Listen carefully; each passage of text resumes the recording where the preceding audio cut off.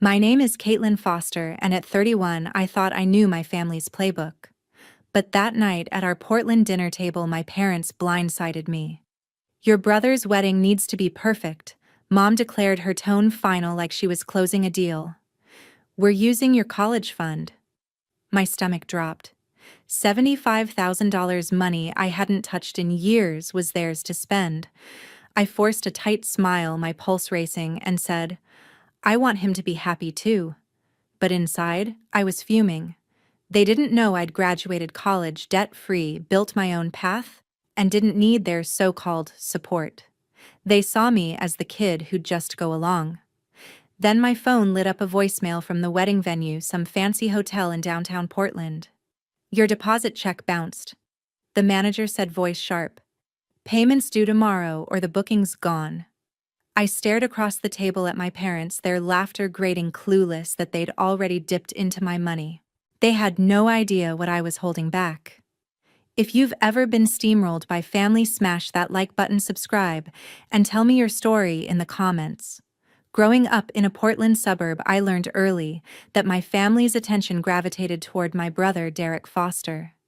In our modest two-story home, I was the quiet kid hunched over a clunky desktop, teaching myself to code at 13. My parents, Linda Foster and Thomas Foster, barely noticed their focus on Derek's charm and big plans.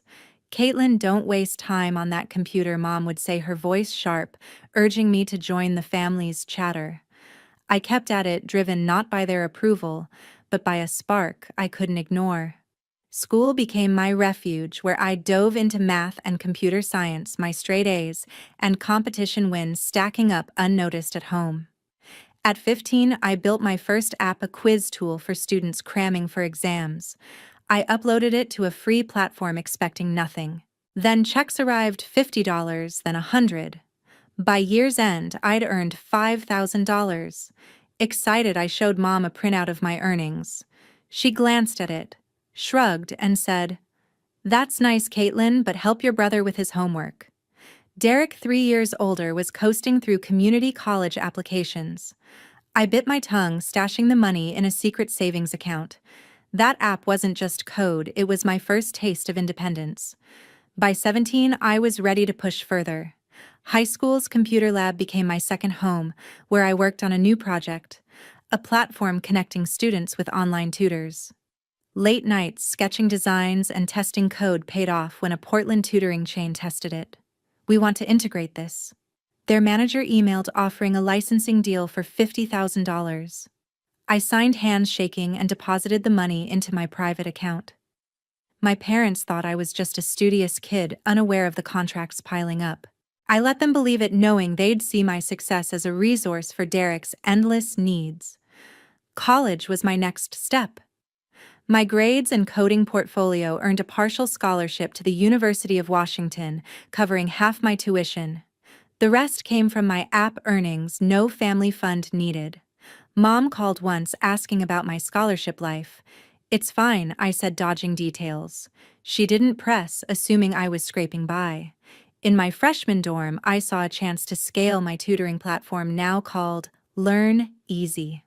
Between classes and all-nighters, I added features like live chat and progress tracking. At a Seattle tech meetup, I pitched to a room of strangers, my voice steady, despite nerves. A local investor pulled me aside. This could be big, she said, offering to buy a 10% stake. I incorporated Learn Easy and sold it for $100,000, funding a part-time coder and a shared office near campus. Hiding my success was deliberate. I'd seen how my parents funneled money to Derek new gadgets, car payments, while I worked alone. Once Derek showed up at my dorm leaning on his new car, asking for gas money. I'm broke. I lied, keeping my bank balance locked away. He shrugged, saying, Mom'll handle it, and drove off. I didn't care about their assumptions. I cared about protecting what I'd built. My professors saw my drive. Dr. Chen, a computer science mentor, recommended me for a campus startup incubator. You're ahead of the curve, he said. I got in, gaining mentors and access to tech events. By my second semester, LearnEasy had 12,000 users, mostly high schoolers and freshmen. I hired a classmate for user support, freeing me to code. Keeping my double life quiet was about control. At a family barbecue, I overheard Mom praising Derek's latest job while I flipped burgers. I almost mentioned Learn Easy but stopped when Dad shifted the topic to Derek's deals. I stayed silent, my resolve firming. They didn't need to know. My scholarship story held up, letting me work in peace. By 19, Learn Easy was a steady machine. I opened a business account, hired a bookkeeper for taxes, and kept my savings separate. Every new user, every contract was a step toward a future my family couldn't touch. I wasn't just building a company, I was building my freedom. My first year at the University of Washington was a whirlwind, but by my junior year, Learn Easy was no longer a dorm room project. I was 20, juggling classes and a growing user base, thousands of students using my tutoring platform daily. I hired 2 more coders and a designer, all part-time, to keep up with demand. A Seattle-based edtech company took notice. They invited me to their sleek office downtown, all glass and open desks. "Your platform's impressive," their CEO said, leaning forward. "We want to acquire a stake." After weeks of negotiations, I sold 15% of Learn Easy for $300,000. That deal pushed my savings into the millions, a number I could barely process. I moved the funds to a secure investment account far from anyone's reach. With college behind me, I set my sights higher. My professors had always pushed me toward grad school, and Stanford's MBA program was the dream. I applied, leveraging my startup's success and a near-perfect GPA. When the acceptance email arrived, I sat in my tiny apartment staring at the screen, a mix of pride and disbelief washing over me.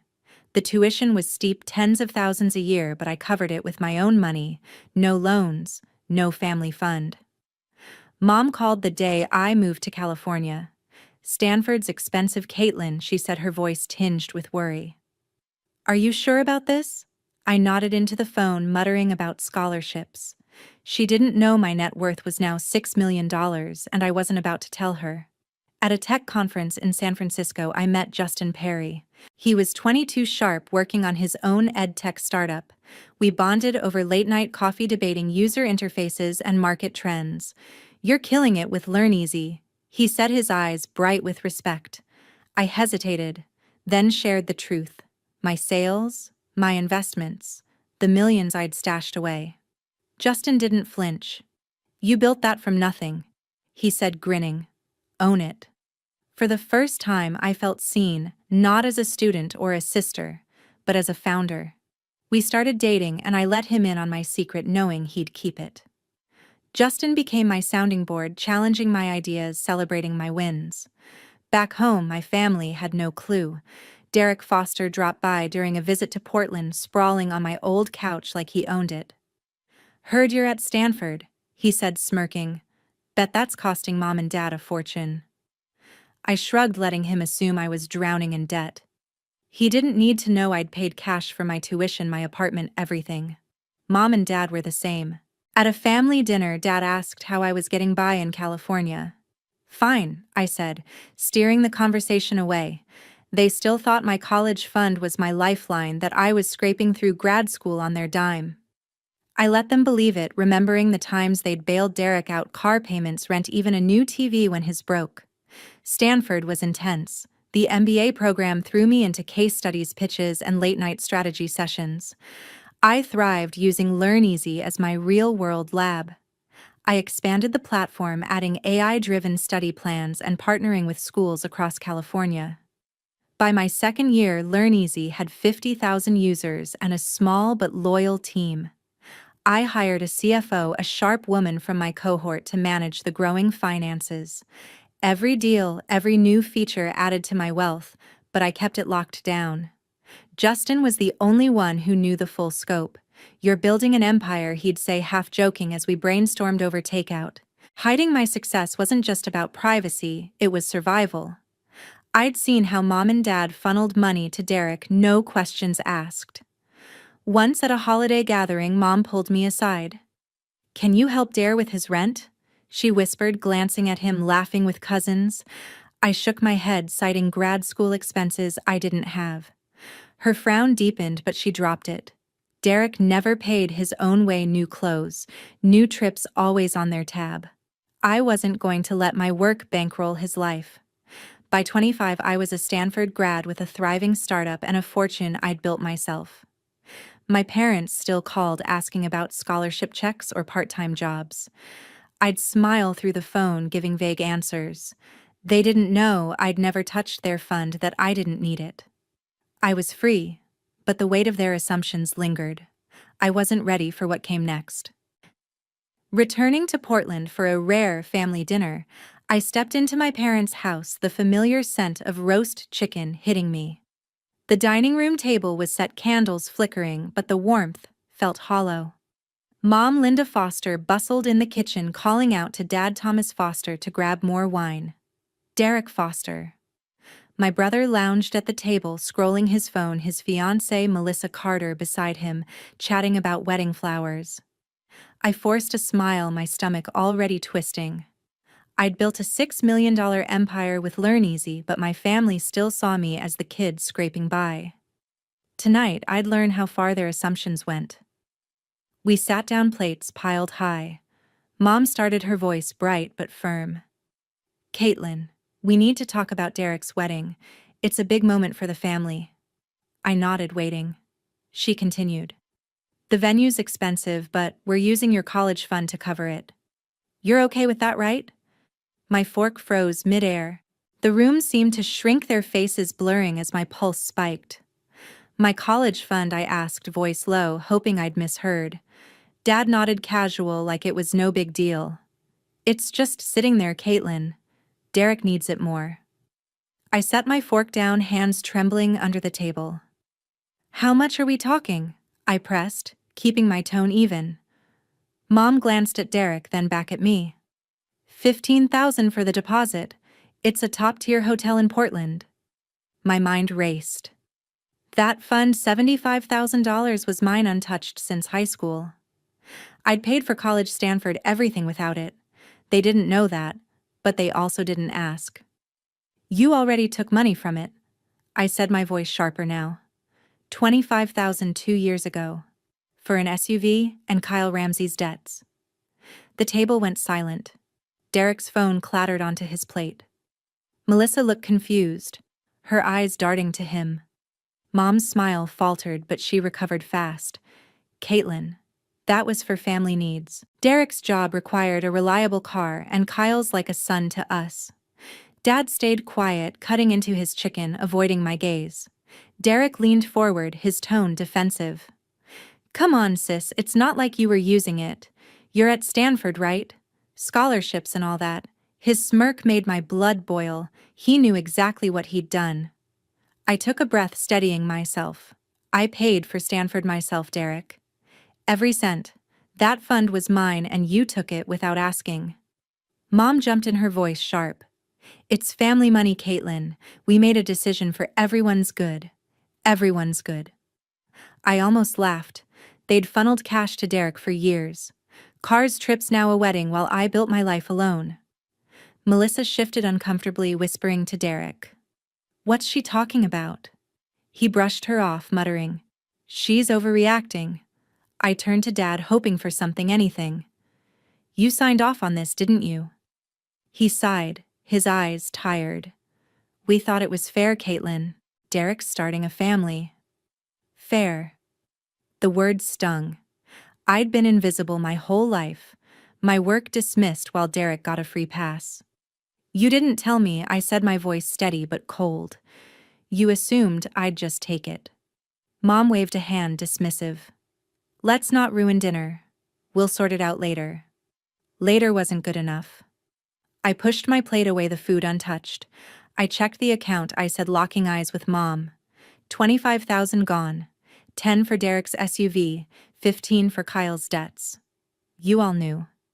Derek scoffed, but his face paled. "That's old news, sis." "Why bring it up now?" I ignored him, turning to the table. "I'm not paying for your wedding, Derek." "Not with my money." Melissa gasped softly, her hands twisting in her lap. Mom snapped, "Caitlin, stop this. We're a family. Family." They'd betrayed me, plain and simple.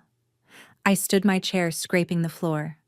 I'm done letting you decide what's mine. Justin Perry's words echoed in my head. Call it out. I wasn't the quiet kid anymore, swallowing their choices. I'd built Learn Easy, a multi-million-dollar company, without their help. They didn't know that yet, but they would. A family reunion was coming up, a chance to lay it all bare before everyone. I wasn't after apologies, I wanted the truth out. At a family reunion in Portland a few weeks later, the backyard hummed with laughter, picnic tables overflowing with casseroles and pies. I stood by a folding chair, gripping a water bottle, my nerves taut but focused. The dinner weeks earlier, where Mom and Dad casually announced they'd use my college fund for Derek's wedding, had lit a fire in me. I'd checked the account, confirmed they'd already taken $25,000 for Derek's SUV and Kyle's debts, and I wasn't letting it pass. Justin Perry had pushed me to confront them, and this was the moment before every relative, no secrets spared. I stepped to the center of the yard, my voice cutting through the chatter. I need everyone's attention. Conversation stopped, eyes turning to me. Mom Linda Foster froze mid-bite, her fork hovering. Dad Thomas Foster leaned forward, brow furrowed. Derek Foster. My brother was joking with Kyle Ramsey near the dessert table, oblivious. Melissa Carter, his fiancée, stood nearby arranging flowers. I took a steady breath. You all think I needed that college fund to survive. You're wrong. I built Learn Easy, my own company. It's worth millions. My net worth is $6 million. Aunts gasped. Uncles whispered. A glass tipped over, splashing lemonade. I faced Mom and Dad. That fund was mine. I never used it, paid for college, Stanford, everything myself. But you took $25,000 without asking. 10 for Derek's car, 15 for Kyle's debts.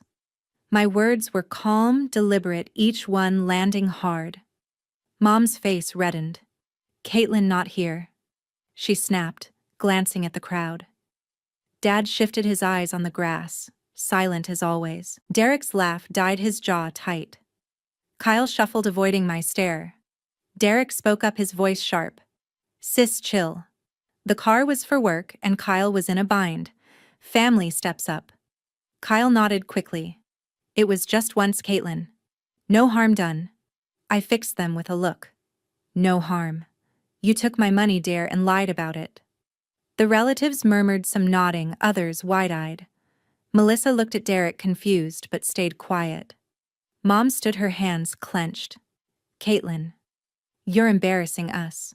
We used that money for the family's good. Derek's building a life. Her tone was defensive, unyielding. I shook my head. You didn't ask me, Mom. You decided my money was Derek's to spend. I'm done with that. Freeze the account, no more withdrawals. My voice was firm, unwavering, carrying across the yard. Dad finally spoke, his voice soft. We didn't want to upset you, Caitlin. His guilt was clear, but he didn't push back against Mom. I turned to the crowd. I built my life without their help. I don't need that fund, and they don't get to touch it. A cousin clapped, others joined their support, unexpected. Derek muttered to Kyle. She's blowing this out of proportion. Kyle shrugged, his face pale. Melissa tugged Derek's arm, whispering something, but he brushed her off. Mom's eyes narrowed. You're being selfish, Caitlin.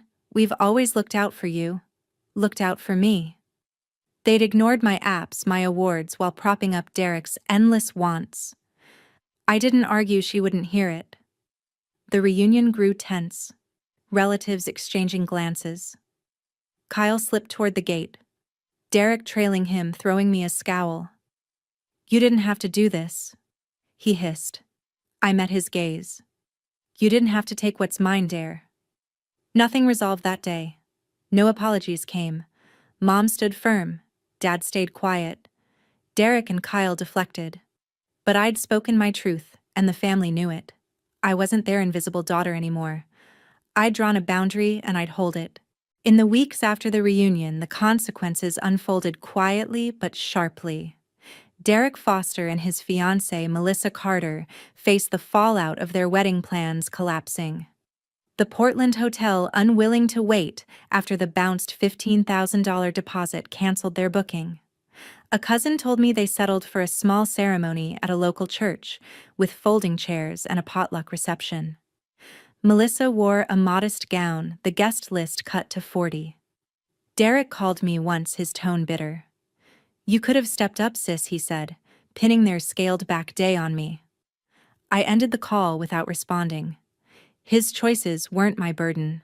Mom and Dad Linda and Thomas Foster hit a wall. With my college fund now off limits, I'd had the bank freeze it. They dipped into their retirement savings to cover Derek's wedding and some of his overdue bills. An aunt mentioned they'd pulled out a hefty sum, but it wasn't enough. Their mortgage payments slipped and Mom's usual upbeat chatter turned tense. "We're fine," she told a neighbor, but her voice betrayed worry. They'd always bankrolled Derek new gadgets trips, that SUV, but their safety net was unraveling. Dad's silence on our last call spoke volumes. He knew they'd overstepped, but he didn't reach out. I made a hard choice. I stopped taking their calls.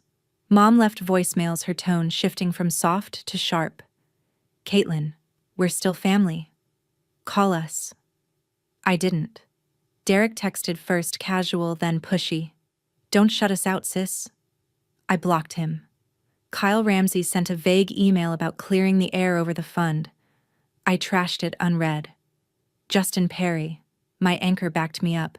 "You've carried them long enough," he said over dinner, his eyes steady. I nodded, the weight of their expectations lifting. San Francisco became my reset. I'd landed a lead strategist role at a rising ed tech firm drawn to their mission and my success with LearnEasy. I signed a lease on a bright apartment in the Mission District, its windows framing the city's glow.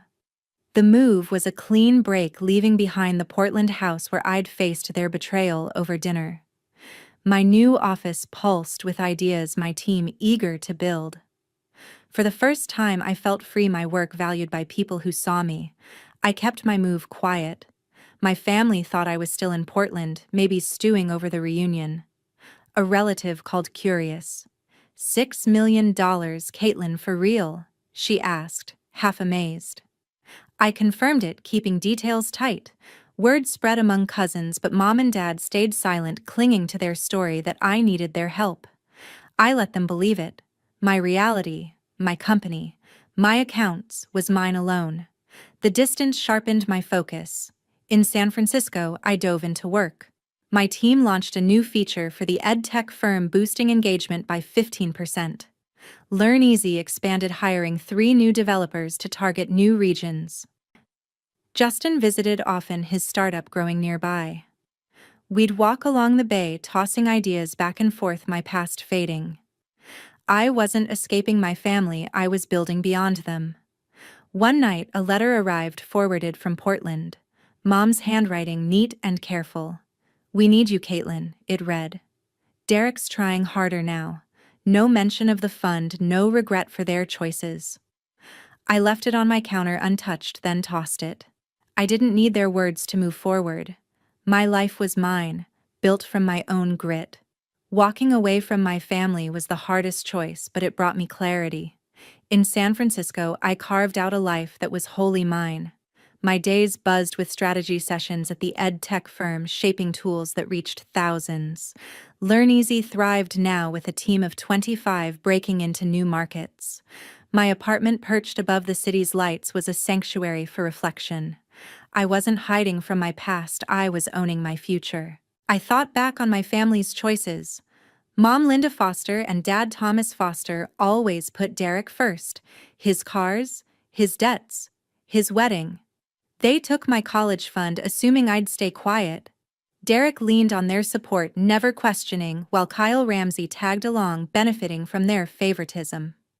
Melissa Carter, tied to Derek's choices, faced a simpler life than they'd planned. Their decisions left them struggling, retirement funds, drained, bills piling up. I didn't wish them pain, but I couldn't fix their mistakes. Letting go wasn't easy. I missed the idea of family shared meals, old traditions. But I'd been invisible too long, my work ignored, while Derek's half-efforts were praised. Justin Perry saw me clearly. "You're unstoppable, Caitlin," he'd say, smiling over coffee. He was right. Every milestone, learn easy Stanford, my fortune was mine built without their help. Cutting them off freed me to focus on what I valued. The lesson hit hard: self-reliance is strength.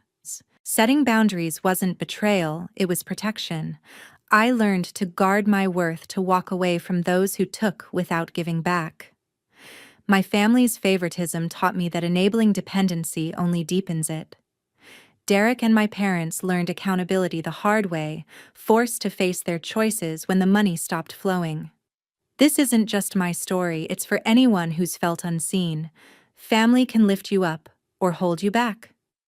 If you're giving everything to those who don't see you, pause. Build your own path. Set your limits. My family's bias pushed me to prove them wrong, but my success came from proving myself right. That's the truth I hold, and I hope it resonates with you.